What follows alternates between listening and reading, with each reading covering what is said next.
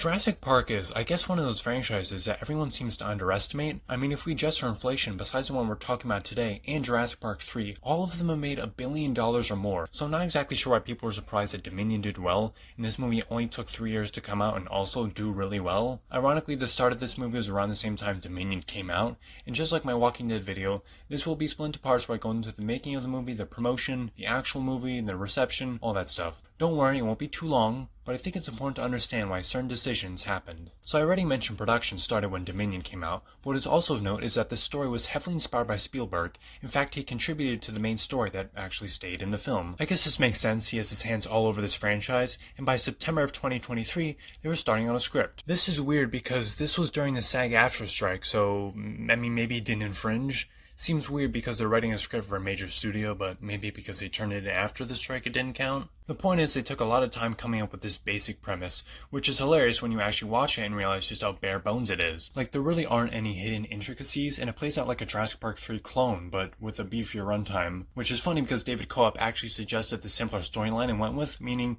if we exclude Dominion, this man is responsible for the shortest and longest Jurassic Park movies, but somehow feel like they cover the same amount of plot. He also wanted to make sure that humor was present throughout the film, which it definitely is, but I'm not sure they necessarily work. This might have been a result of the limited time for production, as with the mid-2025 release date in mind, this meant there was barely over a year for the film to be finished and kind of done, so things sort of had to be rushed. Like, in January of 2024, the project was unveiled, along with the notion that any creative input by a director would be minimal. I guess this explains the hilariously short time David Leitch was to be attached to the project, as he eventually left due to creative differences. However, with his movies in mind, I don't think he would have been a good fit anyways. For one, he might have made the movie actually funny and with memorable characters. The producers also involved would exercise more control than Dominion, which is exactly the opposite lesson that needed to be learned. That kind of shit is what killed the franchise, revealing everything about the damn movie and just doing all this stupid shit that doesn't make sense. Speaking of, once Gareth Edwards was revealed as a director, the film would actually start being made, and the marketing, among other things, would reveal everything.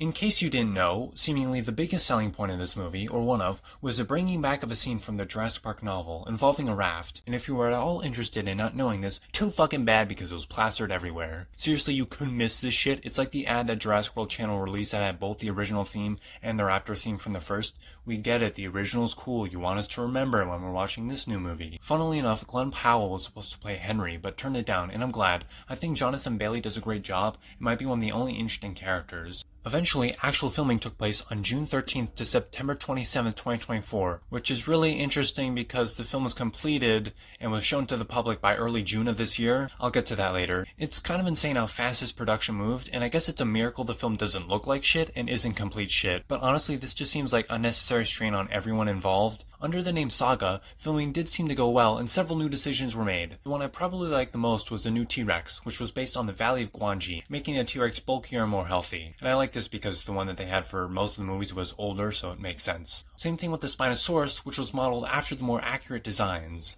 So I'd say on the front, some of these decisions for the dinosaurs were actually pretty good.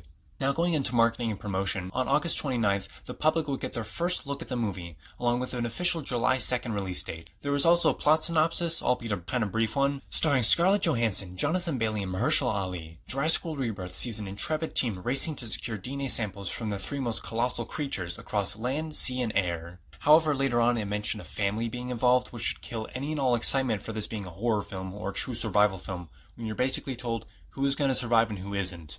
Because no family members are going to die, obviously. Anyways, things would be radio silent for months, and during this, by the end of 2024, around October to December, the first cut had been finished, I think by Christmas, so December 25th. Meaning just a few months after the movie had wrapped, there was an actual cut. I'm sure it didn't have all the effect shots, but considering it came out just a few months after that, I honestly don't know. That's fucking insane, right? Like, Gareth admitted by March of this year, he was working every day of the week to complete the film, which had the most visual effect shots of any Jurassic Park film, 1,500. The actual film would be completed on May of 2025, which is good and ahead of schedule, but geez. I mean, Gareth is known for handling his budgets well, so time might also be a factor, so this makes him, like, desirable for movies, especially of this scale, but wow, that's insane. Either way, as February 5th came, so too did the trailer, and wow, it was a lot. Further clarifying the plot, it stated that three colossal creatures were actual dinosaurs, Titanosaurus, Mosasaurus, and Quetzalcoatlus. Ah yes, my favorite dinosaurs, the Mosasaurus and Quetzalcoatlus. Look, all bullshit aside, I get what they mean, and just saying dinosaur is a broad but marketable term does make sense. It's a lot more simplistic and easy to sell. The real important thing are the comments, or rather the funny thing, sort of taking the piss out of the entire plot. Like, yeah, saying these dinosaurs were too dangerous for the original park is pretty boneheaded. The entire point was that dinosaurs in every park weren't dinosaurs and were more or less monsters that were way too dangerous for anyone to be around. But anyways, people were pretty quick to point this out, along with the irony of Mahershala Ali's character, Duncan, saying, "No one's dumb enough to go where we're going." And suddenly having a family on the island, basically admitting that the movie is kind of dumb, or at least these characters are dumb, so why should we care about them? But hey, at least the trailer showed us a new dinosaur called the D-Rex, or rather the Distortus Rex, but I'm gonna call it the D-Rex anyways. This is the villain dinosaur, and you can be sure it'll feel totally important to the plot and not thrown in at all. I'm sure most of its screen time and actual design won't just be shown in the trailer, like how every other movie's trailer just showed the monster in full and said, "Fuck mystery, I love releasing Legos of the hybrids early." Honestly, it sort of seems like that because they've yet to release a Lego of the D-Rex or the Mutodons. Lame. However, one thing everyone loved was a reveal of the Spinosaurus, or several of them, which makes sense. The last time we saw them was 24 years ago in the movies, so, people are obviously going to be hyped for them. Either way, the trailer was a hit, currently sitting at 53 million views, but with that, people pointed out the sort of Marvel-like dialogue, and by that they meant the franchise's reliance on cramming and sarcastic quips seemingly everywhere. Defend territory, stalk, hunt. None of what you just said is good. That didn't stop people from reacting positively to the trailer, including Swerve, whose YouTube channel is entirely based around this one franchise, yet somehow manages to make 1,700 videos. I can't tell if that's sad or impressive. Wait, yes I can, that's sad. Almost as sad as this guy apparently watching Dominion 47 times in theaters, fucking hell. Apparently for lore reasons, because this guy is so slow he needs to watch a movie 30 some odd times to remember what goes on. I think they call that dementia. Apparently it's his job, but I don't think that makes sense. His videos, while getting more than mine, don't get that many views for a channel pumping out this many videos this consistently. I don't think that's enough to sustain someone's livelihood in this economy, and based off YouTube's monetization system, but I guess there's exceptions. Albeit it's pretty funny seeing this guy's content and seeing a video about Duncan's son and his horrifying death that gets basically explained in the thumbnail, but the video's still 8 minutes long so you can get ads. Anyways, a second trailer would come out, basically just showing everything which is tradition for this franchise at this point, so who cares? Lego would produce a line, but I'll talk about it after the movie. The real important thing is this. On June 23rd there would be an early screening of the movie, and that's how I saw it early. It was kind of nice seeing it with a packed crowd, and seeing dinosaurs on the big screen again does hold a certain bit of magic, if not for the kid 2 seats from me constantly talking. I do believe he's on the spectrum, so this is targeted more towards his father, but holy hell, please don't take your kid to the theaters if they're super talkative. I'm sure it was a great night for him, but literally every moment with the new dinosaur, I was taken out of the film from his comments. I did see the film again on a discount Wednesday, but that was more to write my thoughts down after, not during the film. I'm not one of those people on their phone all the time, but I wrote it down just so I can bring you this review. And get to the actual review I shall. It's time to talk about Jurassic World Rebirth.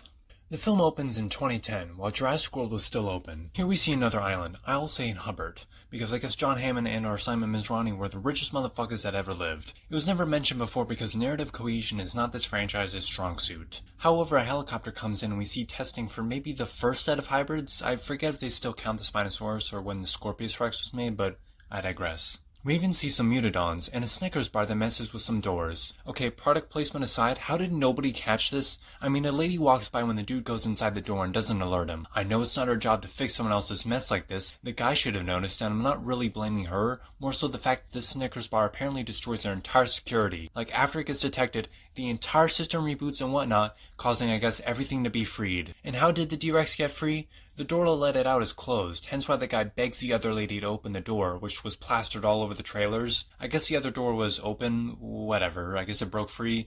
This is by far the laziest opening and the laziest way a villain dinosaur escaped. But at least the lady's scream nicely transitions into the title card. And it's now 2027. Dinosaurs are pretty much dead or on islands close to the equator, which sort of makes sense. But it is here where we see Martin. I wonder if he's a bad guy. I've never seen a movie before, so I can't tell. His car gets breached by Zora, so that's -1 for shit observational skills. Eventually, the subject of her dead friend gets brought up. This is unfortunately super clunky dialogue. A lot of this could have been rephrased in a natural way that also would have given both these people distinct personalities, or more distinct. I think the main reason why these lines just don't work is the lack of enthusiasm. I know this sounds weird considering the context of a dead friend, but I mean the actors seem genuinely afraid to get into the emotions, act like they care. Maybe it's because of this stigma around emotions and how everything is supposed to be about aura and indifference, but it really hurts movies. It's like the people are coldly informing each other the basic overview of a scene or dialogue, like the rough outline of it or a shitty table read. I think as well they don't seem to have super outward personalities that guide the flow of the scene. It seems like it was always going to reach its destination regardless of who occupied it. It just feels like we're going through the motions. They also mention Henry, a person they need for the trip as he's a paleontologist. When we cut to the museum Henry is in, there's a video playing, explaining that all the dinosaurs died except for those near the equator on those islands. Thank you for repeating this. Seriously, movie, you don't need to blow your runtime, especially considering your plot is as thematically rich as Jurassic Park 3. A movie that's 92 minutes long, and this movie is 134 minutes long. We also get some more product placement, this time for Altoids, with Henry chewing on some comically loud. I must say, this humor is incredibly funny. I'm really laughing right now. Seriously, I can't contain my joy and whimsy with this film's comedy. Okay, cynicism aside, some of his jokes do land. Eventually, they meet up with Duncan, who is also likable, although him not bringing guns is incredibly stupid. They set up a higher price for him as Bobby also comes in, and we get a repeat of the same scenario, but a bit shorter since they already did the deal. At least he's sort of silly, I guess. We also meet Leclerc and Nina. Get ready for absolutely riveting dialogue, including Nina liking food, Leclerc made, and Leclerc being French. Wow, I can't believe we've reached new heights of subtle character building. I really feel like I know these people. They also set up these sort of guns that can paralyze dinosaurs, which doesn't actually affect the plot at all, so moving on. Zora and Duncan talk about her dead friend, but since this also doesn't really affect the plot, I don't care. Yeah, sure, it's in line with how she hates seeing other friends die later on, but considering that's how anyone would respond to someone getting violently eaten by a dinosaur, I gotta say, not necessary.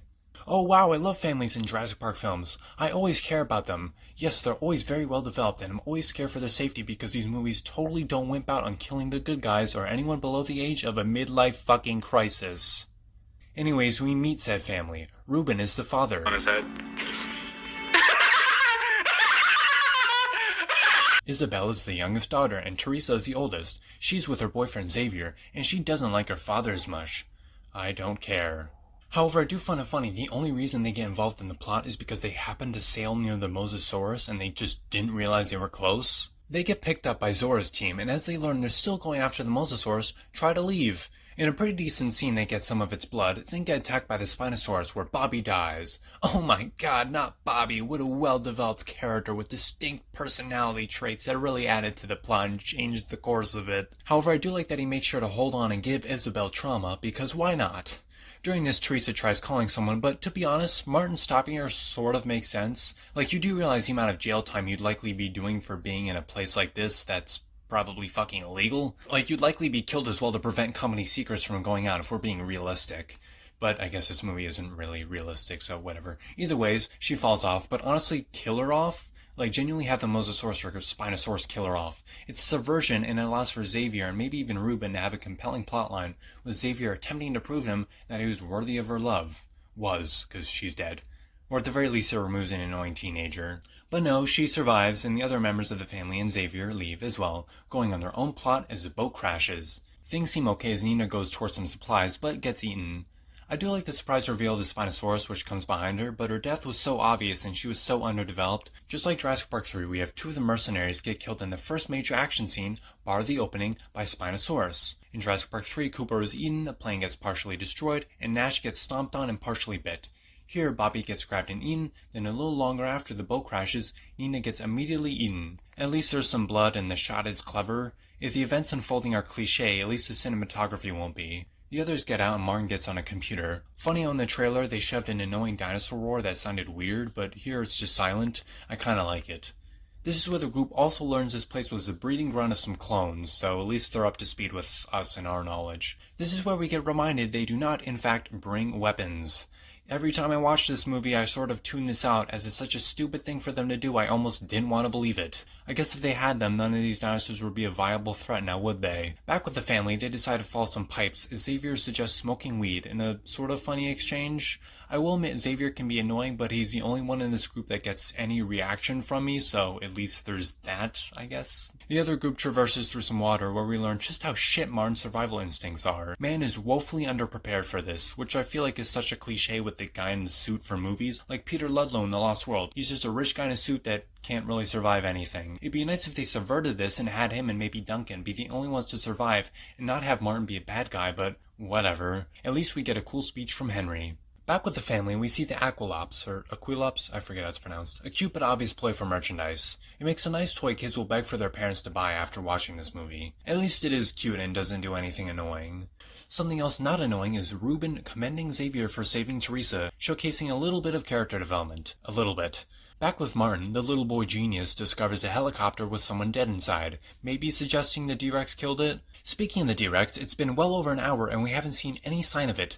Maybe the footprint Martin found earlier, but that hardly counts and can easily be mistaken for the T-Rex. Anyways, Martin finds a gun that the guy on the helicopter has and takes it as night falls. Xavier goes to also take a piss, as we see some new designs for raptors. Very cool, and they're dead. Murdered by this mutant Dawn that doesn't see Xavier. This could be funny if the theme of the movie was like luck and how those who regularly have it abuse it, but nope. Anyways, the other group finds the Titanosaurus in a scene that comes closest to recreating the magic of the first movie. Here we see some more actual emotions, this time from Henry as he touches one. Would be nice if throughout the movie we maybe saw some brief flashbacks, integrated in a creative way, not just literally flashing back to, when he worked and desperately wanted to see dinosaurs but could never afford it. However, this reminds me of Irfan Khan, who originally could not afford to go see the original Jurassic Park as he was a struggling actor at the time, and by the time the new trilogy came out, the first Jurassic World movie, he played the rich and successful owner, Simon Mizrahi. It could be sort of a way to pay tribute to the actor, thematically speaking, who unfortunately passed away in 2020 due to cancer. Rest in peace. Either way, this is just kind of an idea. The scene as it stands is nice, and holy hell, there's a lot of them. Which is kind of weird. I thought there were supposed to be dangerous mutants that were heavily marketed as villains and were thus supposed to be dangerous. Like, there should be some tension and build-up, like some of them should be dead, and the group should be like, holy shit, what is this? And maybe see a part of it moving around and then they run, or I don't know, something. Like, it also leads to the Quetzalcoatlus being kind of thrown off guard, being distracted, and then it gets angry because its egg is being taken. Whatever, eventually the other group stumbles upon the T-Rex as Teresa goes to find a lifeboat. She also comes across a dead dinosaur with some nice gore. I will say this movie's bloodier than most of the franchise, so that's nice. She also sees a Dilophosaurus, which has a whopping 22 seconds of screen time. Impressive. She also finds a T-Rex, which awakens and disappears in a clever shot, which does make sense. They did have padded feet, so, they could kind of make less noise. At least here, it wasn't a problem of peripheral vision or lack of, like in Fallen Kingdom. Here, it's just like, okay, maybe you would have heard it, but at least it makes more sense than not seeing it right fucking next to you. Here the T-Rex also acts like sort of an animal before chasing them, but there's really no tension in this scene as I know none of them are gonna die. Still, it's nice to get the T-Rex, which shows up in this one scene and permanently fucks off, so yeah, I mean, at least it's kind of cool, and it has a cool design. The other group eventually finds this pyramid and goes to get some DNA from a Quetzalcoatlus egg, but Leclerc is just incredibly loud with his hammer, like to a comical degree, and thus attracts the attention of an adult Quetzalcoatlus in a pretty cool scene. It's not acting like a monster, but still makes some freaky ass noises, and is a viable threat. It's just trying to stop these people from taking their eggs. So it works as a threat, but it's not too overly monstrous so that you kind of get taken out of the scene. It ends up eating Leclerc alive, and disturbing. All I have to say, if only you had guns. Imagine you shot it, opened its stomach, and rescued Leclerc. It's an idea worth trying. I mean, he's probably dead, but I don't know. They should have had weapons. That's the main thing. Anyway, shit goes wrong trying to get the DNA, and Henry falls. Imagine if he died. I mean, I like his character, no doubt, but because of that, it would have been really intense and definitely made the film a lot scarier, more intense, and like it had actual stakes. Eventually, the two groups reconvene, and the truth about Martin letting Teresa fall gets revealed, but he actually has a gun, so they don't bother to do anything, because he could just shoot them. This is also when the Mutadons reappear, now 2 of them. This is interesting because there's a deleted scene which would have had actual raptors, but also interesting, in the trailer Xavier says, Please don't say they're raptors. In the trailer, Henry replies with, They're raptors. but here he just says, So, I like the song Stand By Me by Benny King that does give this film an eerie feeling. Some of them go into the gas station and we get obvious attempts to reference the first movie. Also, why bother giving the Mutadons wings if their primary scene of terror and destruction is in a gas station with them walking around? Nothing really happens in this scene, but one goes in the sewer as Martin takes off with a briefcase of the samples handcuffed to him, an obvious sign he will die. A helicopter comes in to save them, and while Henry is looking at some experiments... Where the hell were you this entire fucking movie? No fanfare, it just appeared. I get they sort of explain it comes out at night, but damn, lazy way of reintroducing it. It is freaky how quickly it comes out, but it really feels forced in. There's little to no build-up, and you don't really see any effect it has on the environment, so, you don't feel any presence throughout the film. Yeah, none of that. So lame. Anyways, Henry shoots a flare for the helicopter, but the D-Rex eats it. Like, the entire helicopter. Cool-ass shot, but it's not that big the rest of the movie, or rather, the rest of the slightly elongated scene it's in.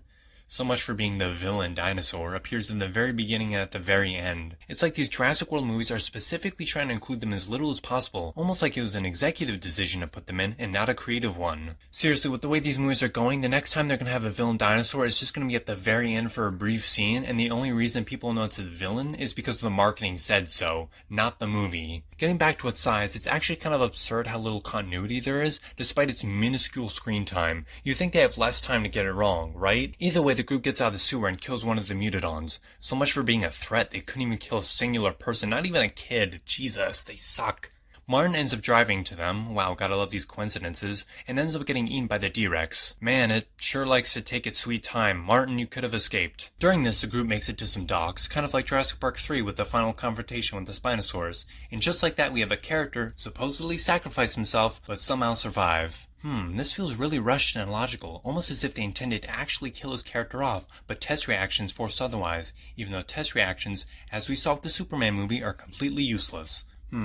Just a suspicion. Funnily enough, Mahershala Ali actually wanted his character Duncan to die, but oh well, Universal wanted him to live because he's a big actor. Real genius logic there. Way to remove all tension. Oh, also the D-Rex survives this. It doesn't actually die. No, there is never going to be a big fight as far as I know. They wanted to make this different, so this is how. The least interesting dinosaur villain thus far now has a chance to do something different, be in 2 movies. Ignoring that, the main characters escape and relax, and the film does a good job of making you forget that there's still a mosasaurus and several spinosaurs in the water that desperately wanted to kill people. Funny. And that was Jurassic World Rebirth. Reception to this movie was mixed, with critics a bit harsher than audiences, although neither seemed to hate it as much as Dominion. Lack of originality seemed to be many people's problem with this movie, and it's clear why. It's not reinventing or doing anything new, just sort of like a best hits like so many franchises as of late. A lot of praise was given to the lead actors as well as Gareth Edwards, which makes sense. The guy did a pretty good job directing, even with the fast-paced production. Box office for this film was kind of interesting. There weren't a lot of high estimates for it, which makes sense. People did not like Dominion, and in a way this kind of affected it. Its opening was around $145 million, whereas Rebirth was a smaller $92 million, which is still good, but, significantly smaller. But funnily enough, Rebirth actually had better legs, despite the competition being better in terms of almost everything, and so far has made an impressive $335 million domestically and $884 million worldwide. It's kind of like Avatar or Top Gun Maverick, good opening although smaller than other blockbusters, but because it delivers on pretty much everything the general populace wants, or at least mostly delivers on what they want, it ends up doing really well throughout the weeks. Hell, when I rewatched it on July 16th, 2 whole weeks after it came out to better remember everything for the review, there was still a decent amount of people, around like 20 to 30, kind of like how I saw Weapons on the 19th, a while after it came out because I was away, but it still had a pretty packed crowd. Shit, same with Sinners, and I think like a bunch of other movies actually. This is maybe more common than I thought. The point is, it's doing well despite the short theatrical window and the smaller opening, and also the reception from the previous movie. And this basically just kind of proves that people still love dinosaurs. Makes sense. There's literally no other dinosaur movies coming out except for like 65, which came out 2 years ago, and a Primitive War movie, but none coming out with a big budget and notable stars attached to it beyond maybe 1 or 2 movies like 65. There's no real competition, so it kind of makes sense that it absolutely dominated the box office, but either way, this isn't the last thing I want to mention. Neither are the LEGO sets, but let's get into them. They're alright. I mean, they're no original Jurassic World LEGO sets, and they're massively overpriced. I mean, seriously? $50 for a 199-piece LEGO set with a T-Rex? Every other set has a T-Rex in all these films. Different color design does not warrant such a jacked-up price. I will admit these LEGOs are decent, but they're sort of missing key parts of the movie. Like, if you want better LEGO sets here, make one with the 2 boats, the sailboat and the main boat with a Spinosaurus, a little more green to be accurate, and a Mosasaurus. You can maybe even add a bit of rocks for the Spinosaurus to hide in. I don't know, like some foliage. You can also have the brick-built Aqualops if you want, because they still have that set. For the T-Rex set, you can have some jungle foliage and maybe even add some raptors. Yeah, they're not there, but adding them to any other set would make them more expensive for what I'm thinking, so here's just fine. Then have the big temple set with the Quetzalcoatlus, but have the Titanosaurus replace the Spinosaurus, because it makes a bit more sense. Their scenes are closer to each other. And maybe even include the broken down helicopter in the tree with the gun, just to kind of bring it all together from one really cool set. Then have the gas station scene, but this time with maybe both mutodons or just one, either way is cool. And maybe even a bit of the sewers or a place to hide in. If you don't want to do it in this set, do it in the next one. Which, for the next one, have the D-Rex in the helicopter along with the truck that has Martin Krebs in it, along with the docks, the small boat, and some of the buildings. Not the whole thing, but parts of it, like the bridge-like structure Henry's on when the helicopter's eaten, that kind of stuff. It's a huge set, but you know what? Star Wars has a huge set that comes out like every day. I think us Jurassic Park fans can eat good every once in a while. Boom. A better wave of LEGO sets than what we have. Easy as pie, and here you can defend having larger prices because you have large, accurate, cooler sets. So, that was pretty easy. Before I finish up, I just want to mention the stuff with Jonathan Bailey and Scarlett Johansson. Like, I know he's gay, but, I mean, it's a little much. What the fuck, man? Jesus. Okay, okay, cool. I don't know if it's a reference to the fact that they're in a dinosaur movie, so that's why he's trying to, like, bite her neck, or if it's just, like, weird. I think theater kids are just, like, incapable of not touching everyone they meet. Anyways, with the movie out on digital, Universal uploaded this extended preview with a horribly blurry thumbnail. Awesome. Also on their TikTok, Reese uploaded a video with the family minus the dad, making a joke about how it's stupid they went to the island not expecting to be eaten, set to the song Manchild. This is funny because not a single one of these fucking twats bites the dust. I know it's a silly video, but it only serves to remind me how dense their plot armor was, and that makes the problem 1,000 times more annoying. Anyways, the movie was bad, I think I made that clear. The plot is fine, but they don't do anything original, and you can easily guess who will die, which is lame. I wish they killed off actual named characters. Would have been kind of, interesting. It's a tensionless blockbuster, but with a few likable characters, some fun action, and some good directing. Watch it maybe once or twice, then never again, because there's really not enough to keep you coming back. It's one of those movies where I'll maybe watch an action scene uploaded onto YouTube, like box office movie scenes or movie clips, FLM, those, YouTube channels. I'll maybe watch one or two of those scenes, but rarely feel the desire to watch the whole thing. I think that about sums it up best. Hope you enjoyed the video. If you want to see any videos like this, I just uploaded a review of The Walking Dead Season 4, so there's that. Anyways, I'll see you in the next video. Bye-bye.